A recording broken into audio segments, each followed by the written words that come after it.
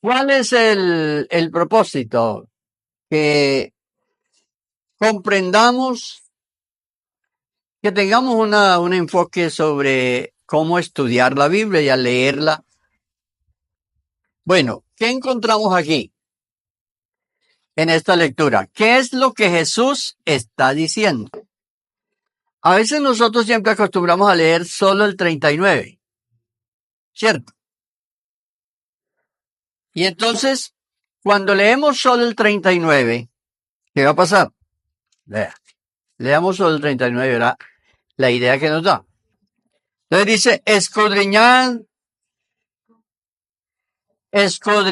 las escrituras porque a vosotros os parece. Inmediatamente que leemos este texto, ¿cómo lo tomamos para nosotros? Como si estuviera llegando.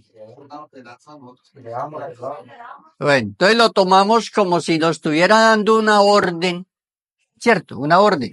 Escudriñad las escrituras. Cuando usted lee el contexto, o sea, lo que hemos hecho, de leer el contexto de lo que Jesús está diciendo ahí en ese versículo, nos damos cuenta que Jesús los está exhortando a ellos.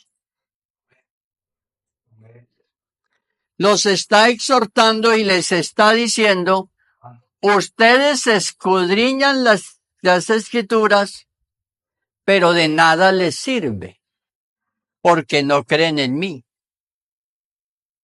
O sea, ustedes conocen las escrituras, o sea, escudriñad las escrituras, tal, pero dice, no creen en mí. Entonces, es una exhortación. Ahora, el contexto nos dice que Jesús está hablando y él dice que yo no doy testimonio de mí mismo porque entonces mi testimonio no sería verdadero. Entonces, ¿cuál es el mensaje que hay aquí? La importancia del testimonio de las escrituras. Ese es el mensaje que hay en este texto que hemos leído. La importancia que tiene el testimonio que las escrituras dan de Jesús. Entonces, por eso él en conclusión les dice, escudriñad las escrituras porque a vosotros os parece que en ellas tenéis la vida eterna. Y ellas son las que dan testimonio de mí. Pero ¿qué dice en el 40? Y no queréis venir a mí para que tengáis vida. A pesar del conocimiento que ellos tenían de los escritos bíblicos, en los escritos bíblicos no veían a Jesús. No lo veían. Y eso no permitía que ellos creyeran en él y lo recibieran. De hecho, fue lo que pasó. Las escrituras del Antiguo Testamento, por medio de profecías, por medio de hechos que Dios hizo, por medio de tipos, porque, por ejemplo, cuando se puso la serpiente allá en lo alto y que todos miraran a la serpiente para que vivieran. Entonces, por eso en San Juan dice, como Moisés levantó la serpiente, necesario que el Hijo de Dios sea levantado. Entonces, eso es lo que dice el texto. Entonces, vea usted cómo para entender la Biblia, cómo para leer la Biblia y comprender lo que ella dice, es tan importante conocer los enfoques de los escritores. Recuerda lo que dijimos hace 8 días, los que vinieron. Recuerda lo que dijimos cuando vimos el Evangelio de Juan. ¿Cierto? Porque Juan escribió.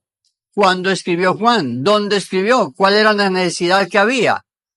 La Biblia es la verdad porque la Biblia no es una idea. La Biblia se escribió en diferentes lugares, en diferentes momentos y circunstancias para dar respuesta a las necesidades que había. Por eso la Biblia no pasa de moda. Por eso la Biblia dentro de 1.000.000 de años será la Biblia. Amén.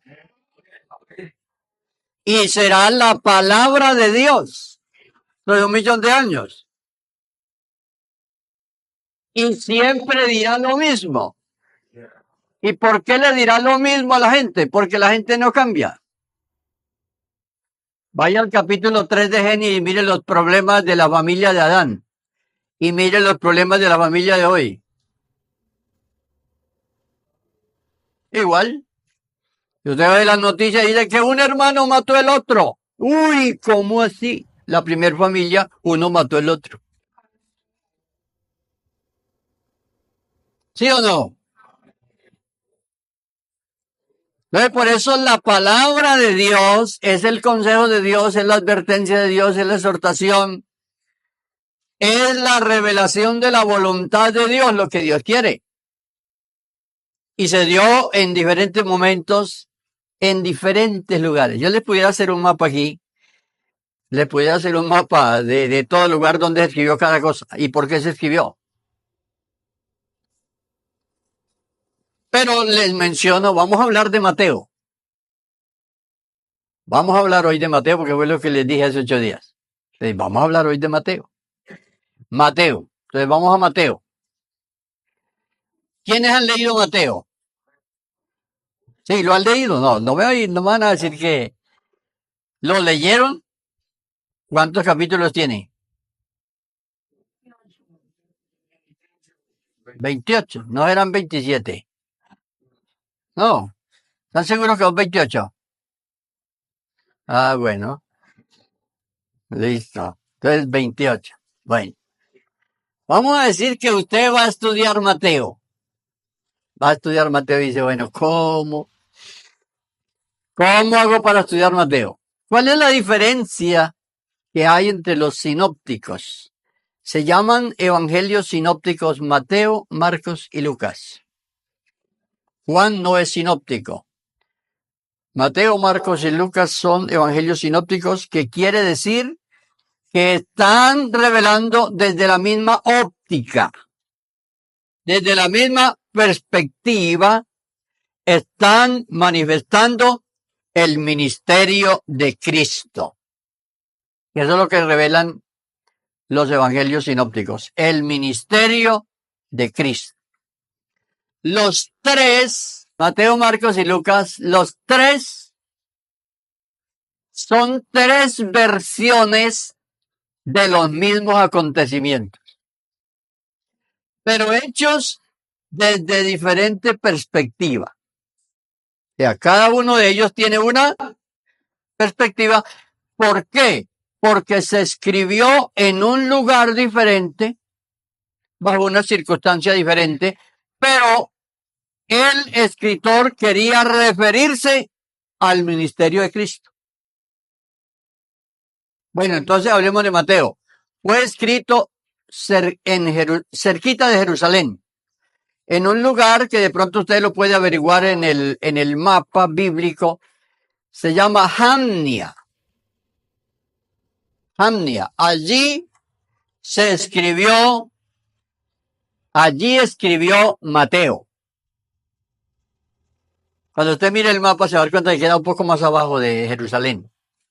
Cerca, esas ciudades son relativamente cerca, 15, 10, 5 kilómetros, está una ciudad de la otra.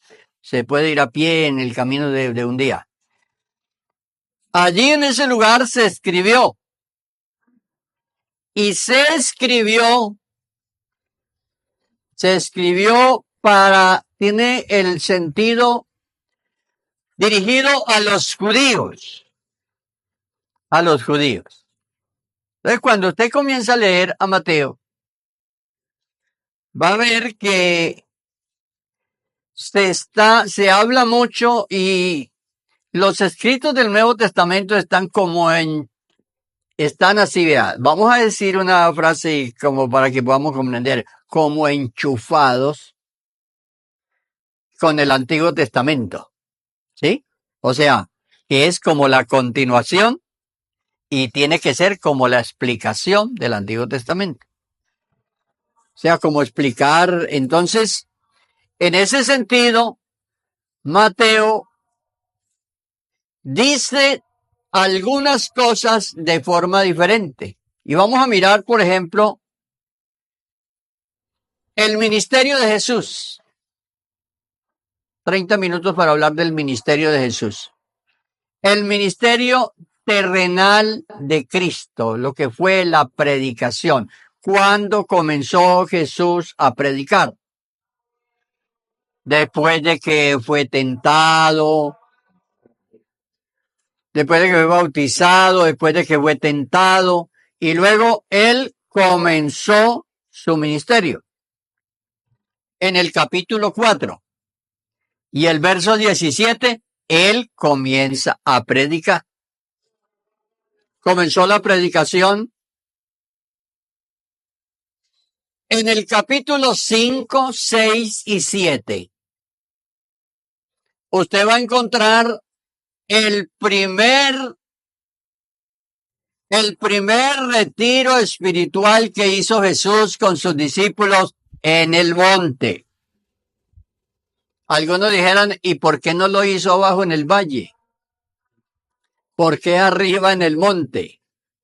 ¿Recuerdan a alguien que había hablado con Dios en un monte? ¿Quién? Bueno, entonces, como él está hablando a los judíos, ¿qué era lo que los judíos sabían? Que había sido dado ¿a dónde? En el monte.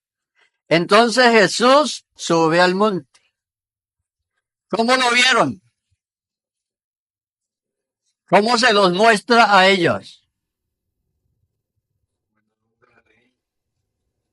Aquí está el nuevo Moisés. Este es el nuevo Moisés y este es el verdadero, el que dio la ley. Él subió al monte y allí dio la capacitación a sus discípulos. Una tremenda capacitación sobre todo. Sobre lo que ellos tenían que hacer, sobre la actitud que ellos debían tener, sobre enseñándoles. Allá encuentra usted, por ejemplo, un versículo para citar uno, porque no podemos hablar de todo. Estos son enseñanzas muy grandes. Pero 5:14, por ejemplo, ¿qué dice?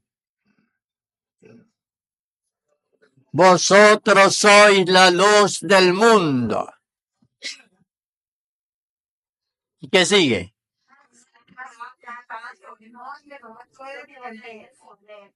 Bueno, entonces, fíjese usted la enseñanza que les dio, lo que ellos representaban, lo que ellos eran. Vosotros sois. Ahora, el impacto que su vida tendría sobre la gente. Una ciudad asentada sobre un monte no se puede esconder. ¿Qué les dijo con eso? A ustedes siempre los verán porque ustedes son diferentes. Y eso le sucedió a Pedro hasta en el tiempo de la crucifixión de Jesús. Por eso iban a matar a Pedro, porque le dijeron, vea, usted habla igualito a los seguidores de Jesús. Cuando Pedro habló. Y aunque él decía, no, yo no conozco, no, pero es que usted habla igual. ¿Cierto? Entonces, vosotros sois la luz del mundo. Lo que ustedes son, lo que representan. Ahora, una ciudad asentada sobre un monte no se puede esconder. Y eso permanece hoy. La iglesia no se puede esconder. Y usted no se puede esconder. Usted llega a un lugar y dice, yo no quiero que esta gente que sepa que yo soy creyente para que no me molesten. Y a los pocos días le dicen, oiga, pero usted es como muy callado. Y usted es como diferente. ¿Cierto? Gloria a Dios. Bueno, esto es maravilloso estudiar. Y ahí puede ver usted, siempre que ustedes lean capítulos 5, 6 y 7 de Mateo allí, van a saber que fue una capacitación que Jesús dio a sus discípulos sobre la misión dentro del pueblo de Israel, lo que ellos tenían que hacer. Por eso allí van a encontrar cosas, recomendaciones, que cuando vayan por tal parte, que no lleven bolso, que lleve esto, que tal cosa, para que usted cuando salga a evangelizar no se ponga a leer eso y a decir, es que no puedo llevar bolso. ¿Sí? Que a veces la gente lee eso y quiere aplicarlo hoy. No, fue para ellos dentro de ese contexto, las costumbres de allá, costumbres. Era la misión, se llama la Comisión Nacional. Esa misión que se hizo dentro del pueblo de Israel. Dice que él vino a las ovejas de la casa de Israel. El Señor Jesús no salió de Israel a predicar afuera. ¿Jesús estaba por allá en Siria predicando? No, él no fue por allá. Y un día vino una sirofenicia, ¿se acuerdan? Una señora vino y le dijo, ¿qué fue lo que le dijo? Se acercó y le pidió algo, estaba esperando de Jesús algo. ¿Y qué le dijo Jesús? ¿Quién recuerda? No es lícito dar el pan de los hijos a los perrillos. Y, ay, pero ¿cómo así? Si Jesús vino a salvar a la gente, ¿por qué no la recibió? No, porque en ese momento el contexto era Israel. Las ovejas escarriadas, perdidas de Israel en ese momento. Ese era el ministerio de Cristo. Pero la mujer dijo, no, la mujer tenía una fe tremenda. ¿Y qué dijo? No, yo me aguanto con las migajas. Aquí me estoy si algún pedacito de pan se cae de la mesa. Gloria a Dios. ¿A quién representaba esa mujer? ¿Cómo? A los gentiles, todos nosotros. Pero no era que Jesús no quería salvarla, sino que mire, si hay alguien ordenado, es Dios. Dios, a lo suyo vino. Y lo suyo, gloria a Dios. Bueno, entonces cuando ya ustedes estudian toda esa capacitación que van a encontrar, pero lo importante es que ustedes tengan el enfoque cuando lo estudien, que hay que hacer una interpretación que tiene un mensaje para nosotros, porque toda la Biblia tiene un mensaje para nosotros hoy. Pero hay que hacer algo que se llama interpretación. O sea, ¿cuál es el procedimiento cuando yo hago una interpretación de la Biblia? Es que yo digo, ¿quiénes fueron los primeros oyentes? Esa es la clave para hacer la interpretación. ¿Quiénes fueron los primeros oyentes? Entonces usted vuelve y lee el comienzo a ver. ¿Quiénes estaban ahí? Los discípulos. Entonces usted siempre va a tener en cuenta los primeros oyentes. ¿Quiénes fueron los primeros oyentes? Los discípulos. ¿Quiénes somos los segundos oyentes? Nosotros. Entonces, para nosotros, y por eso la interpretación. ¿Qué voy a hacer yo en la interpretación? Voy a ver cuál es el mensaje que ese texto tiene para mí. El mensaje. ¿Cuál es el mensaje de esos 3 capítulos? Que el Señor quería que sus discípulos fueran idóneos. O sea, bueno, vayan y prediquen. Les hubiera dicho, vayan y prediquen, acompáñenme por ahí, todo eso y tal, y como así, y después para dejarlos de discípulos cuando él se fuera.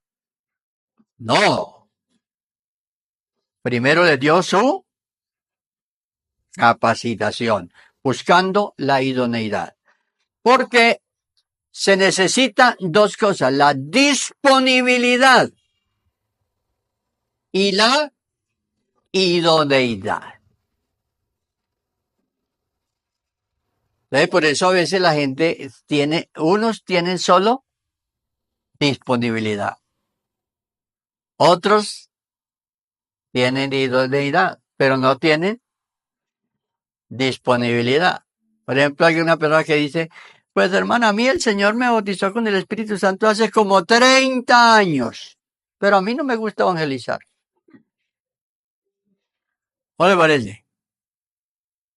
¿Ese qué tiene? ¿Y qué le falta? Amén. Gloria a Dios. Bueno, ya platicamos sobre esos 3 capítulos. Ahora, ¿qué pasa inmediatamente que él baja del monte? Los que han leído Mateo, a ver.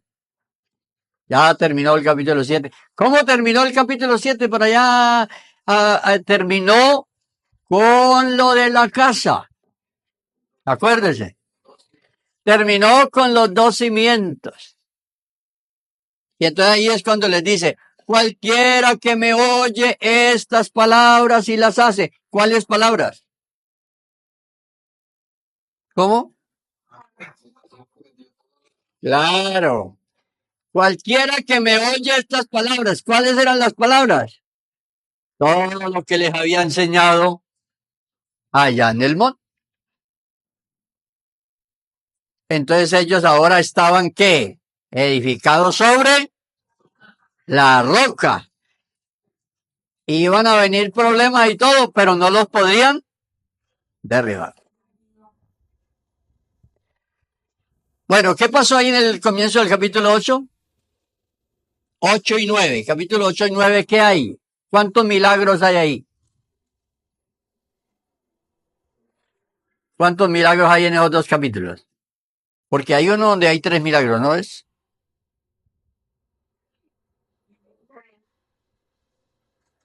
Bueno, entonces aquí, allá en 4:17 de Mateo, Jesús comenzó a predicar y a decir, el reino de los cielos se ha acercado. ¿Cierto? Arrepentíos, porque el reino de los cielos se ha acercado. Pero aquí le da la capacitación a sus discípulos y ahora comienza la cátedra de Jesús y comienzan sus milagros.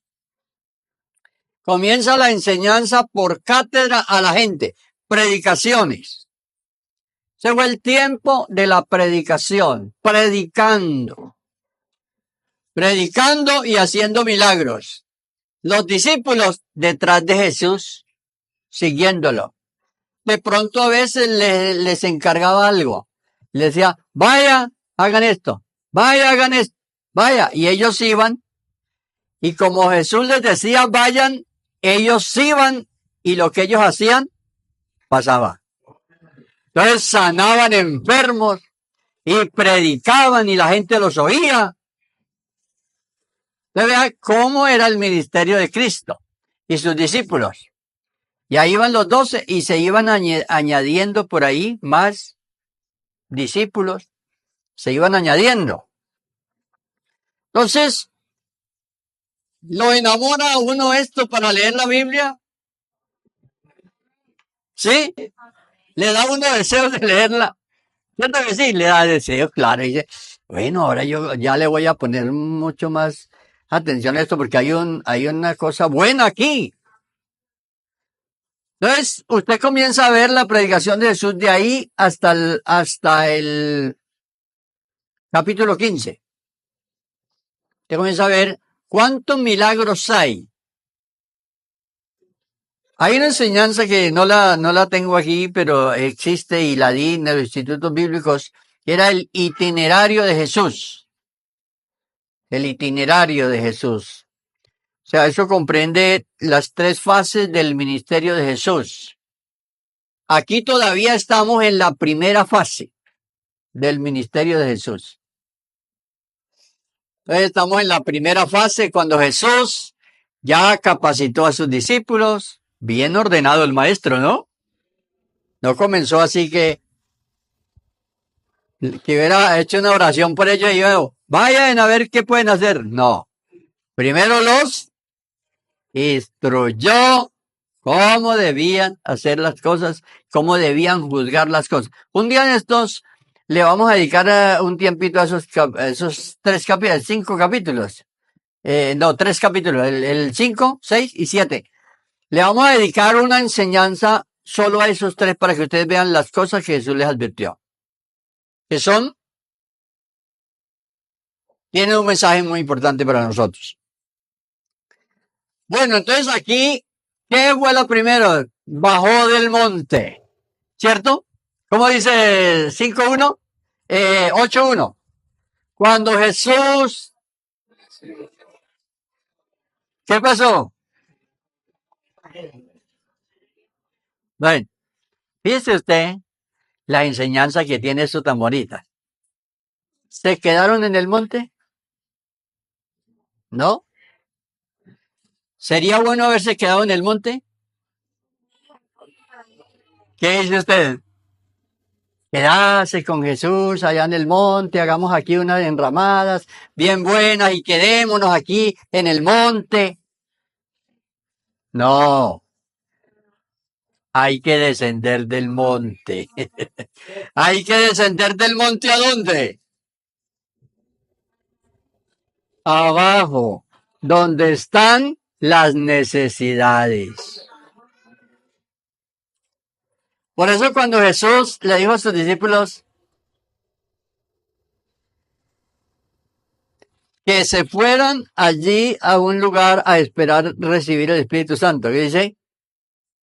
¿Hasta cuándo? Hasta que seáis, ¿sí? Eso está en Lucas, al final de Lucas. Final de Lucas. Hasta. Mire, hay gente que se queda en el aposento alto, contemplando el aposento alto, y no bajan donde están las necesidades. Entonces hay que ir, como dijo alguien ahora aquí, al valle de los huesos secos. Entonces, ¿qué había allá? Ya, aquí está el primer necesitado. ¿Cuál era? Un leproso. Aquí comenzó el trabajo. Me acuerdo un día que estaba dando una capacitación allá en la congregación del Porvenir. Yo siempre acostumbro dar una enseñanza a las congregaciones sobre consejería espiritual y sobre los procedimientos que se hacen, sobre todo los servidores. Bueno, yo le estaba dando un cursillo allá cuando vinieron con la noticia que había un endemoniado por ahí en la vereda. Que había un endemoniado, que bueno, hay un endemoniado y que no deja pasar la gente por la calle y tal. Y bueno, pues vamos a hacer las prácticas. Estamos aquí en el cursillo, vamos a hacer las prácticas. Y allá fuimos.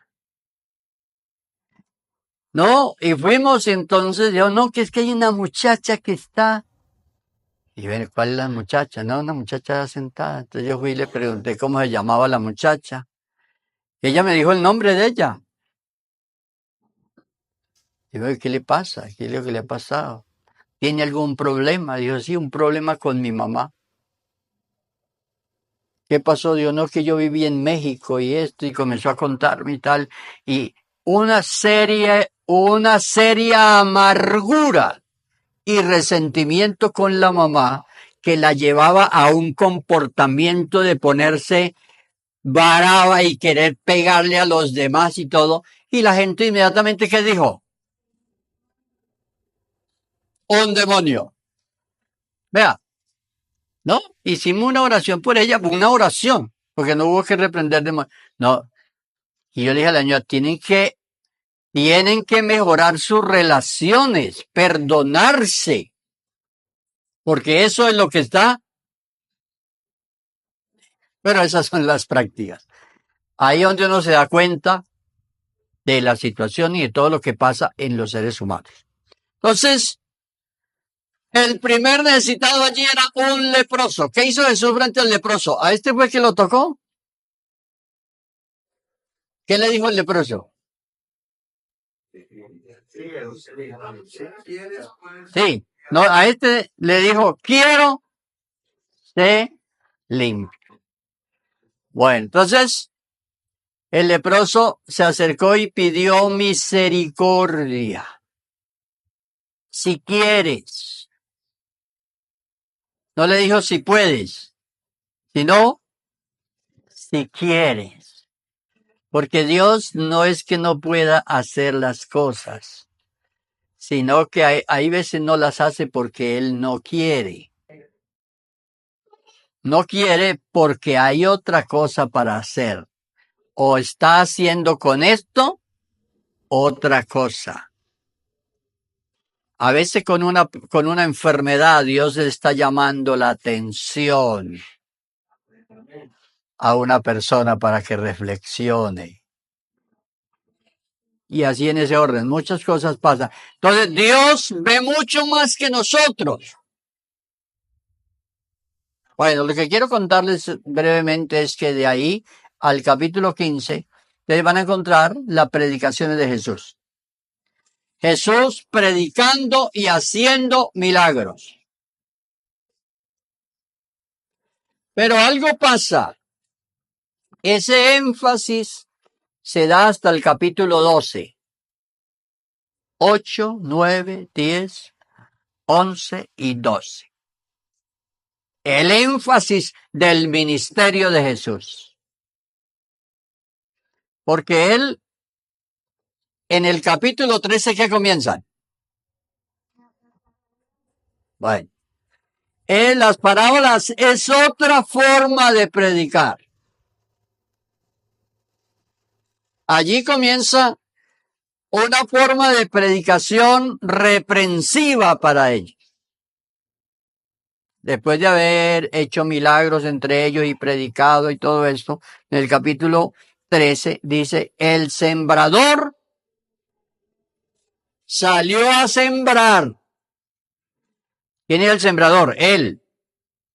Yo salí a sembrar entre ustedes, pero no encontré mucho terreno bueno. Solamente un poquito de terreno bueno. Además, terreno duro, tenía espinos, tenía piedras, difícil. Eso era el mensaje de que les había predicado, había hecho milagros y todo, y ellos no reflexionaban. Entonces, lo que le está diciendo, estoy entre ustedes, salí a sembrar, a predicar y todo, pero ustedes, duros, muy duros. Y entonces usted comienza a ver todas las parábolas. Es lindo el estudio de las parábolas. Ese es otro estudio que tiene este evangelio, importantísimo, porque allí es donde más parábolas hay. Y todas las parábolas están al reino de Dios. Hablan sobre el reino de Dios. Y el reino de Dios es semejante. Y el reino de Dios es semejante a, y ustedes siempre van a encontrar eso. ¿Por qué? Pero siempre va a encontrar allí algo que lo rechazaron. Lo rechazaron. Y es un lenguaje que Dios usó para predicarle a ellos y decirle, ustedes son muy duros. Duros para creer. Cuando llega el capítulo 16, entonces ya Jesús se dirige a los discípulos. ¿Y qué les dice? Hace una evaluación. Les hace una evaluación a ellos y les dice, ¿quién dicen los hombres que es el Hijo del Hombre? Y entonces, ¿qué dijeron ellos? Unos dijeron que era, vea lo que la gente dice. Bueno, entonces aquí vamos a un mensaje importantísimo. ¿Es importante lo que la gente dice? Sí. ¿Sí? ¿Qué dice la gente de usted? ¿Usted sabe lo que la gente dice de usted? ¿Usted sabe lo que la gente piensa de usted? Bueno, Jesús dijo, ¿qué dice la gente sobre el Hijo del Hombre? Entonces los discípulos dijeron, no, pues vea, los comentarios que hay son estos. Que usted puede ser Juan el Bautista que resucitó. O usted puede ser Elías. O que usted puede ser alguno de los profetas. Jeremías o alguno de los profetas. O sea, los comentarios que había. Usted sabe que siempre hay comentarios, ¿cierto? La gente comenta. ¿Cómo verá la gente de Castilla esta congregación acá? ¿Qué comentarán? No grave, estamos bien. ¿Qué dirán? ¿Qué dirán? La gente hacen mucha bulla o ya hacen poca, ¿cierto? ¿Qué dirán? ¿O qué dirán también? Pueden decir, oiga, esa gente es un ejemplo en el barrio.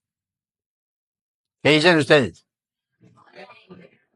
Esa gente es un ejemplo en el barrio. De hecho, les digo que la comunidad de esta comuna, tiene un gran concepto de esta iglesia.